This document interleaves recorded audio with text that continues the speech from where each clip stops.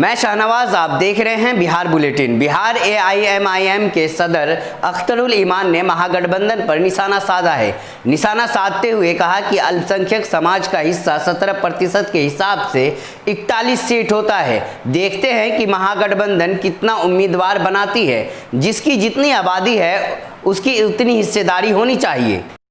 Bollywood actor Sushant Singh Rajput के बारे में सहरसा से RJD विधायक अरुण यादव ने एक विवादित बयान दे दिया है।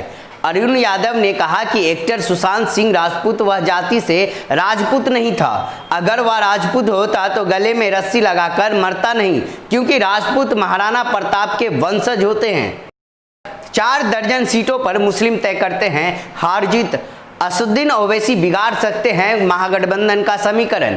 राज्य में मुसलमानों की आबादी लगभग 17% है और यादवों की 14% के करीब है। राजद इसे अपना परंपरागत वोट बैंक समझता रहा है। राज्य विधानसभा की 243 सीटों में से 47 विधानसभा सीटें करीब 4 दर्जन ऐसी हैं जहां मुस्लिम आबादी 20 से 40% तक है और यही मुस्लिम वर्ग वहां चुनावों में उम्मीदवारी की हार जीत तय करते हैं। देश भर में PM मोदी का जन्मदिन मनाया जा रहा है। लोग उन्हें बधाइयों और शुभकामनाएं दे रहे हैं। वहीं दूसरी ओर PM नरेंद्र मोदी के जन्मदिन पर देश के बेरोजगार युवक राष्ट्रीय बेरोजगारी दिवस भी मना रहे हैं। बिहार में 2 रुपए में 2 पकौड़े बेचकर युवाओं ने अनोखे अंदाज में PM मोदी का विरोध किया और देश में पहली बार बेरोजगारी दिवस भी मनाया गया। बेरोजगार युवकों ने प्रधानमंत्री नरेंद्र मोदी के जन्मदिन को राष्ट्रीय बेरोजगार दिवस का नाम दिया है। बेरोजगार युवक ने पकौड़ा बेचकर विरोध दर्ज कराया है। चिराग पासवान ने JDU के दावे पर अपना सियासी दांव खेला है। चिराग पासवान ने BJP अध्यक्ष JP नड्डा को सुझाव दिया था कि भारतीय जनता पार्टी को बिहार में बड़े भाई की भूमिका में आना चाहिए, लेकिन अब BJP के प्रदेश अध्यक्ष डॉक्टर संजय जायसवाल ने इस मामले में बड़ा बयान दिया है। BJP के प्रदेश अध्यक्ष डॉक्टर संजय जायसवाल ने कहा कि बिहार में NDA गठबंधन है और इसके अंदर सभी दल बराबर हैं। यहाँ कोई छोटा और कोई बड़ा भाई नहीं है। जन अधिकार पार्टी के प्रमुख पप्पू यादव ने रोजगार के मुद्दे पर सत्ता और विपक्ष दोनों पक्षों को घेरा है। सोशल मीडिया पर चल रहे बेरोजगारी दिवस को ट्रेंड पर बोलते हुए उन्होंने कहा कि पिछले 30 वर्षों से राज्य में इन्हीं लोगों की सरकारें हैं। आज जब चुनाव नजदीक आया है तो विपक्ष को बेरोजगारी की याद आ गई है। उन्हें याद रखना चाहिए कि रोजगार भी जमीनी काम से मिलता है। ट्विटर पर हवाई ट्रेंड चलाने से रोजगार नहीं पैदा होते। पूर्व सांसद पप्पू यादव ने कहा कि अगर हमारी सरकार आई तो बिहार के बेटे और बेटियों को रोजगार मुहैया जरूर कराएंगे। पूरे देश में PM का जन्मदिन भी मनाया गया।